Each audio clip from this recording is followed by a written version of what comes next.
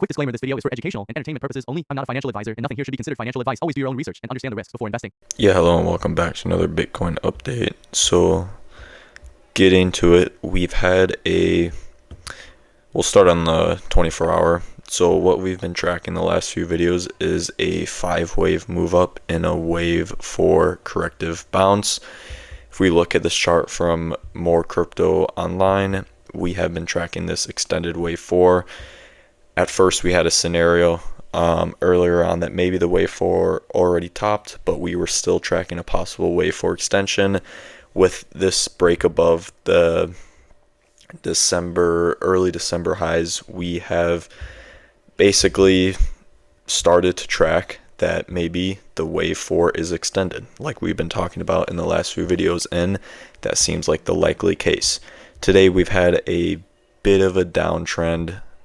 Seems like the third wave could have possibly topped, but it is possible it goes a little bit higher before we start this fourth wave correction.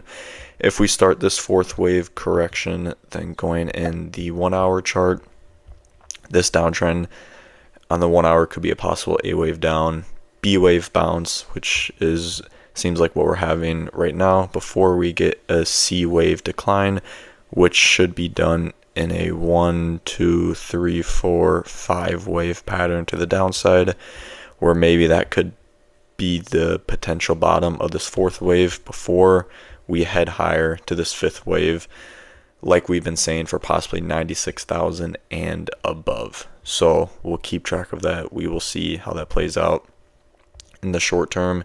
The support for this fourth wave, this isn't as exact.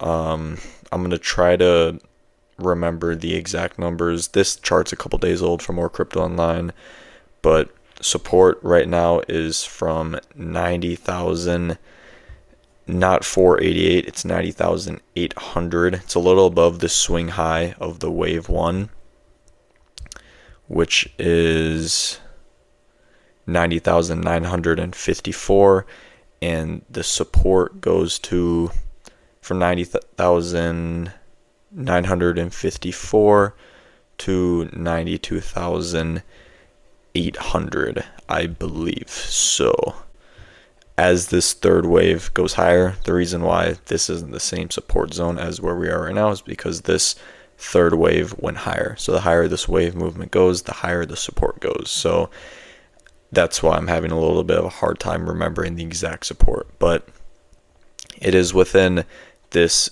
swing high of the wave 1 to about 92,800, I believe, is the support zone. If we break below this wave 1 swing high, then it's possible that the wave 4 has already topped and we will not get this fifth wave, and that we could start that possible downtrend back to this larger support zone, where we could be starting a fifth wave down in this correction that we've been in since the high in October at 126,000. So we'll keep a track of this. We'll see how all this plays out. As of right now, it's looking pretty good for possibly another fifth wave up, assuming that this fourth wave holds support in the ABC correction. Obviously, all of it's just speculation. Nothing is guaranteed, but as of right now, as long as support holds, then we can get that fifth wave move up to 96,000 and above. So we'll keep track of that. We'll see how that plays out.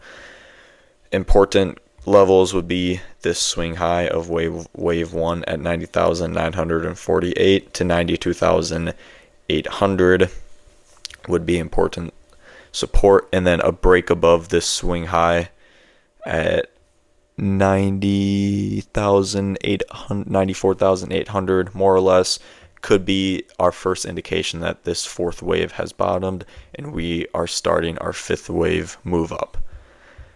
If we go over to the RSI really quickly, but yeah, like I mentioned in the last video, we did get overbought on the 4-hour. I said it may not happen right away, but it wouldn't be surprising to see us get a little bit of a downtrend after we hit that overbought territory like we have had in the past, where we get a correction afterwards. So seeing this correction afterwards is not surprising at all, and you can already see a possible bearish divergence already being played out on this 4-hour RSI, where we are back to these levels which we were at earlier, but the RSI is already a lot lower. So the strength of this rally is a lot lower, maybe due to volume and just it being after market as well. So that can contribute to it, but we'll see how this plays out. Maybe we can go for another higher high, which would create a lower 4-hour RSI, which would form and confirm that bearish divergence, where we could possibly see that top of the fourth wave afterwards.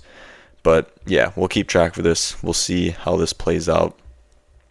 Overall, yeah, that's pretty much everything for this video. Thanks for watching, and we will see you next time.